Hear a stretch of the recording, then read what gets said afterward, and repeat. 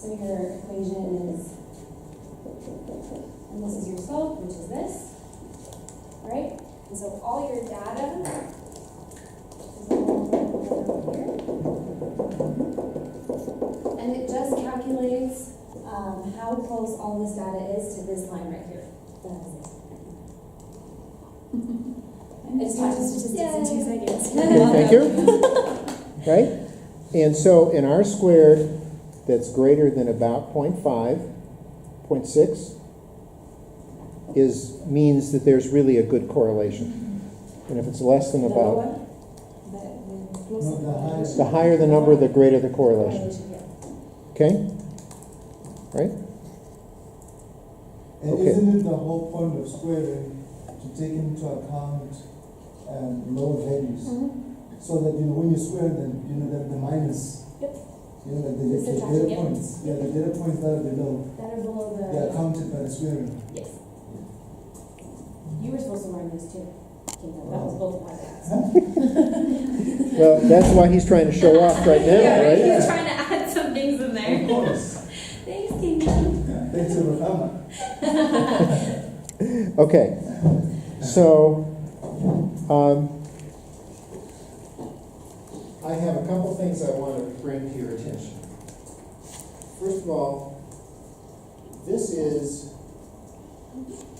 a famous or infamous report.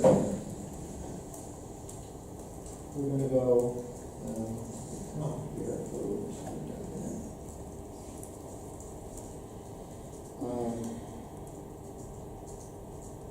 In 2000, the year 2000, the World Health Organization ranked the health systems of the world.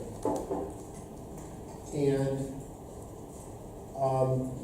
it's a very long document, and there are 2 documents that I sent you. One is the appendix, the other is the document itself.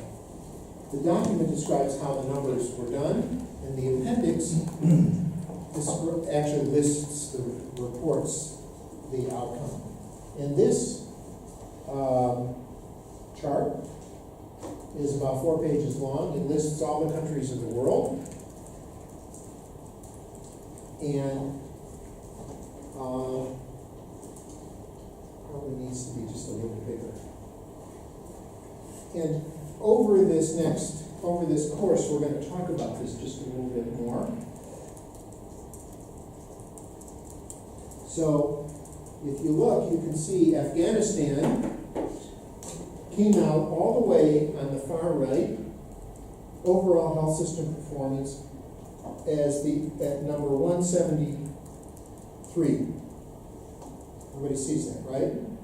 There are approximately 180 countries in the United States, in the world, 180 countries, so its rank is terrible. All right? Albania, in Mayon's world, came out at number 55. Algeria, number 81. Andorra, which is a tiny country in Europe and only has wealth and doesn't count for much from a ranking perspective, came out as 4. Angola, 181. Everybody with me? Okay? So now, let's go down, because we're just finishing talking about the United States.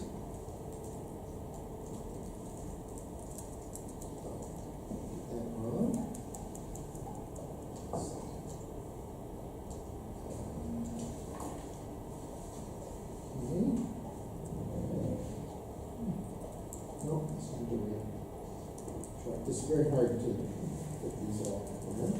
Excuse me.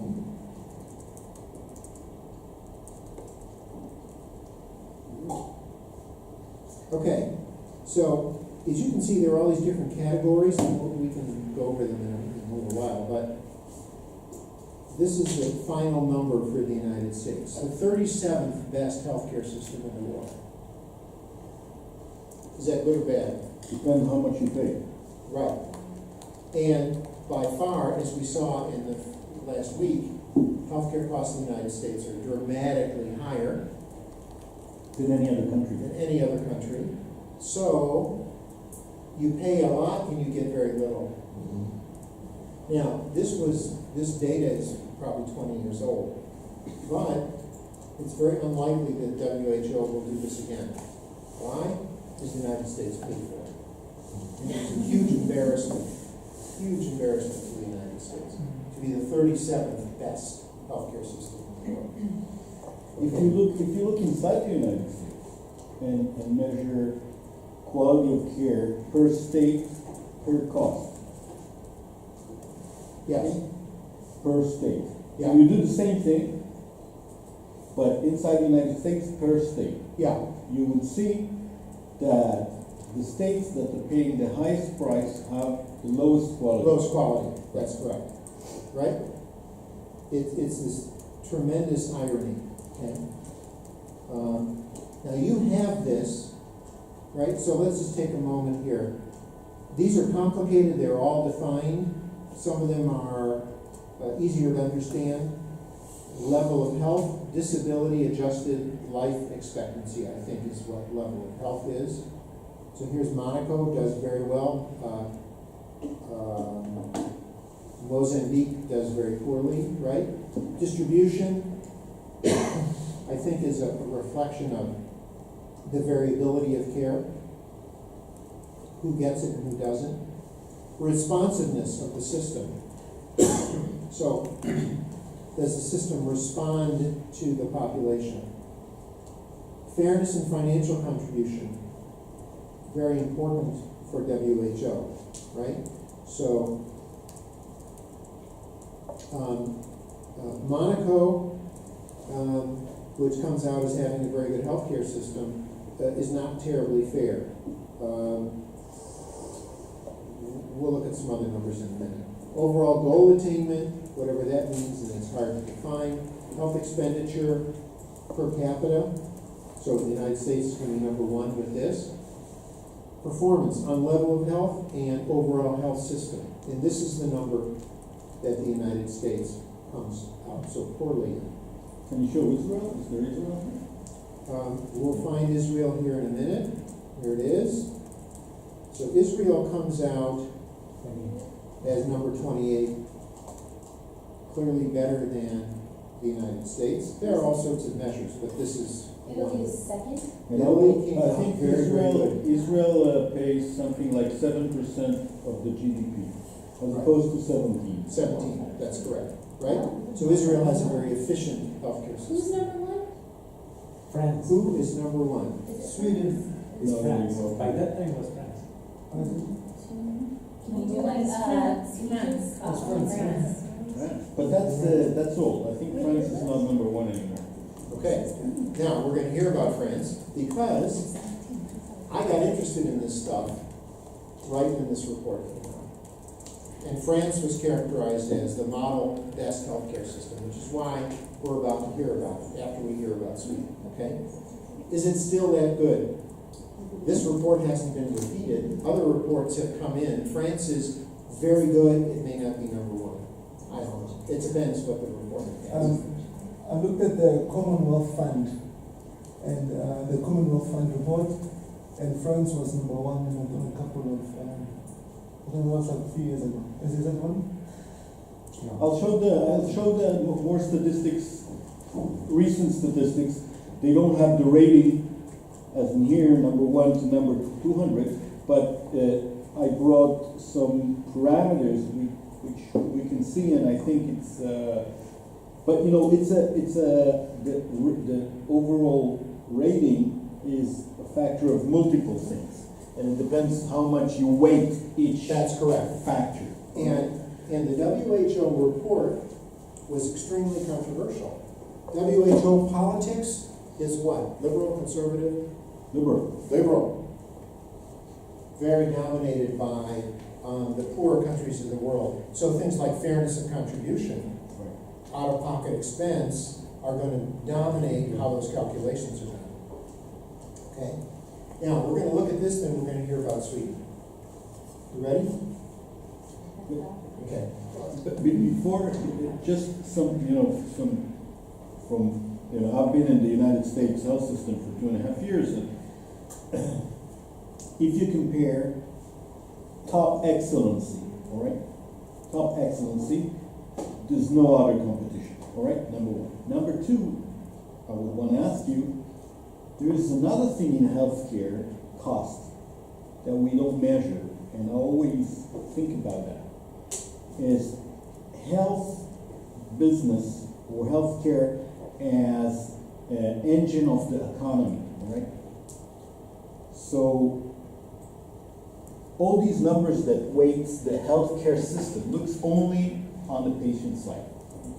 But look at the business created by the big drug companies, which goes overseas or inside the US somewhere. This is a big business that makes a lot of money out of it for the US economy. And this is not poured into the statistics that you talk about. And I think that somehow we punish the US economy, the US healthcare system, because we don't see the other part. All the big companies that create the working places for the people and the stock market, et cetera, Yes. et cetera, you know. This is something which is Okay, so let me respond to that for a minute. Two things. First of all, the US healthcare system is the best in the world if you have very special problems and a limitless amount of money. So if you're a Saudi Arabian prince, where do you go? You go to the Cleveland Clinic, you go to the Mayo Clinic, you go to the United States, okay? Because if you can afford it, the technology, the service, if you're important, you get the best in the world. That's correct. There's evidence to definitely show that. It gets lost in the United States because of the 15% uninsured, because of the disparities, because of the rural, the poor people, the sick people, all of that, our numbers drop very dramatically. If you are a white, male, insured, highly educated, and savvy person, that's the place to be for you. If you get sick, that's where you will be. Okay, number two. As I said, with my double oxymoron, I created this unit. It was at Wright State University School of Medicine. I was the director. It was very exciting. Has anyone heard of Wright State University? No one's ever heard of it, okay? It's at the bottom of the medical schools. This is the way it is, right? I had a peer, had the same title. He was at the University of Pennsylvania in the Wharton School of Business. So was he a peer? Not really, okay? Very well-known guy. I forget his name for the moment. He said exactly your point, which is, so what? If it's 17% of the gross domestic product in the United States, it's a big business, it's good. It's a good business. So if it's 25%, so what? All right? In other words, this industry supports itself in the United States. So why make a problem over it? And the answer is, and we'll talk about it after lunch again, this. The United States cannot be competitive globally with our healthcare costs so high, because those healthcare costs inhibit the success of our other industries. We can't sell a car when we have to add $2,000 more. There comes a point where Microsoft can no longer pay the cost of its employees' healthcare and sell you Microsoft Office at a competitive price. That's the argument. And so he made that argument, very famous health economist, okay? And then he had to retract it, okay, let's look at this. So the Commonwealth Fund is an organization in the United States. It's liberal, okay? So you have to know that they're going to give you data that's going to be pro-Obamacare, anti-Trump care. But this is very interesting data. You'll notice that it's kind of old. It's two sets of data. One from 1997-98, the other from 2002-2003. So it's a 5-year span. It's something called mortality amenable to health care. So I want to define that for you. And these are deaths per 100,000 in the population. So let's look at the United Kingdom, where the top number is 130, and the bottom number is 103. The people who did this study contend that There are 130 people, there were 130 deaths per 100,000 that did not have to occur had people gotten proper health care. You can argue whether this is or is not a fair calculation. But this is a pretty reputable organization, okay? And take it for what it's worth. Let's say it's real, okay? So, what observations do you want to make? There are all sorts of things we can talk about here. We'll take 5 minutes for this. There are countries which made a great difference between the years of 98 and 2003.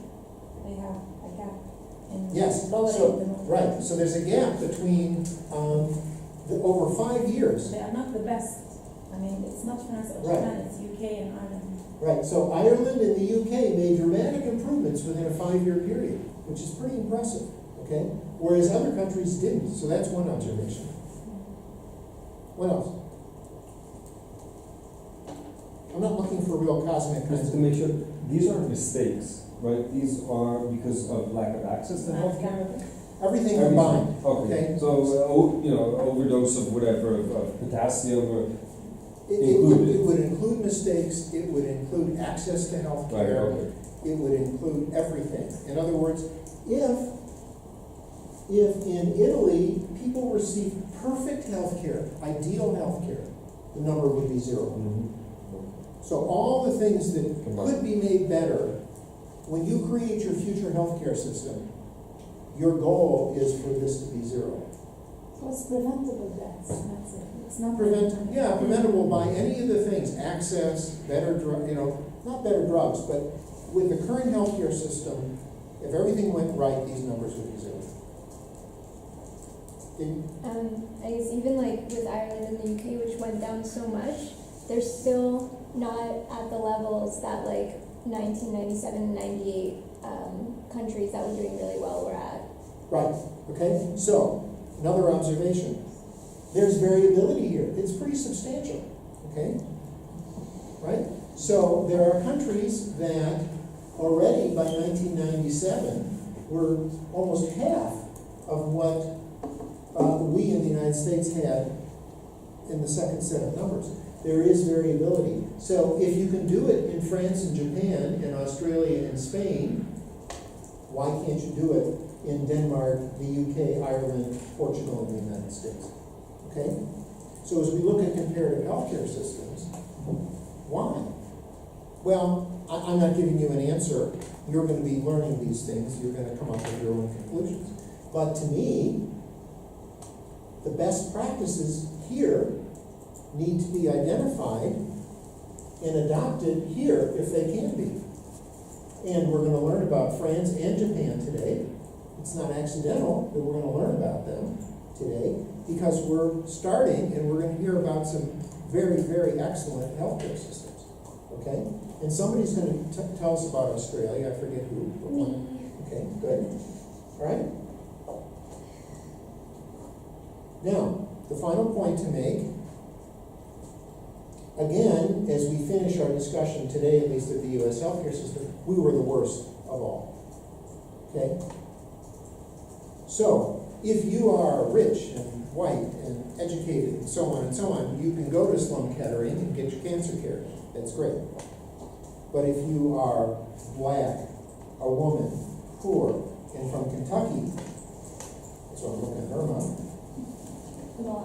you get nothing. You get nothing, okay?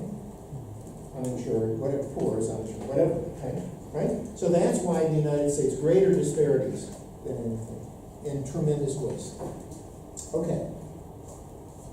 So with that, let's hear about Sweden.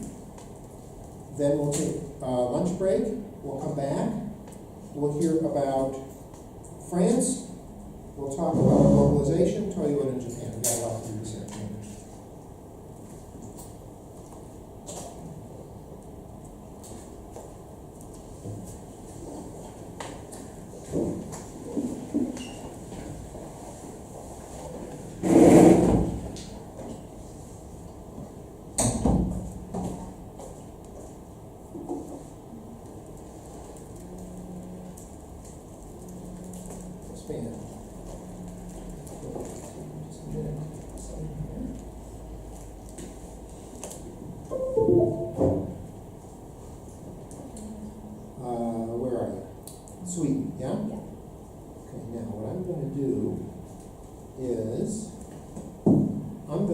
with this so that we can send it out to everyone? Is that okay? Right? Particularly for our colleagues who are not here, and those of you who are not going to be here for other classes. I'll do my best to try.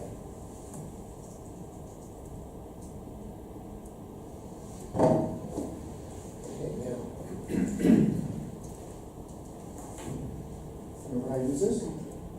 Okay. You want to put this down or something? You guys see it? Can you use the pointer, please?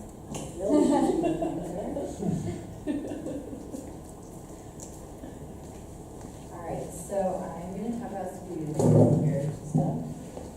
So they have universal healthcare, just to put it out there. So for just the basics, the life expectancy in Sweden is 82.68 years. They're ranked 5th for men and 13th for women among European nations.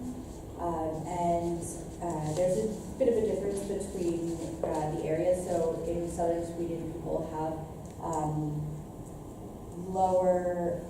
higher life expectancies, and then in the northern part they have lower life expectancies because of lower rates of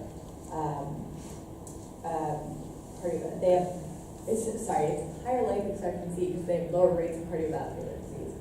So then the population is mainly centered in urban areas, about 86%. So they don't have as much issues with the spread out of population. So most of their hospitals are kind of easily accessible within where people are actually living. And median age is 41, but they have a larger share of elderly people than most of the OECD nations. They have 5.2% of their population is over 80, whereas the rest of the OECD average is 4.2. And so they sort of have low fertility rate and also a low death rate. So they're sort of getting to a point where their age groups are kind of leveling out. It's kind of turning into a sort of evenly distributed population. The main religions are, it's actually a majority Lutheran, then Orthodox, Roman Catholic, Baptist, Muslim, Buddhist, and Jewish. The total population estimate is 9,920,390 people and rising. I'll get to that later. And this is sort of a look at their wealth distribution. So it's a pretty, though it's not 100%, they call it moderate inequality, but compared to many other places, this is pretty equal. And in fact, I mean, considering the fact that most of the people are in the top 20%, they're sort of in a better situation than they.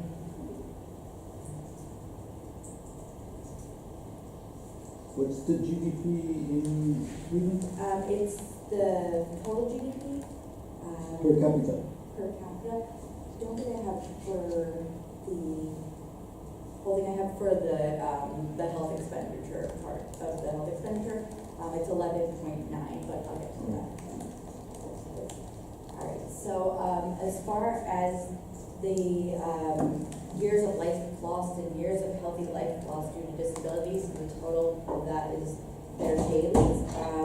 So basically, their biggest issue is cardiovascular disease, and followed by neuropsychiatric diseases and cancers. So that's in terms of their burden of disease as of 2012. In terms of their mortality, non-communicable diseases accounts for 90% of the total deaths.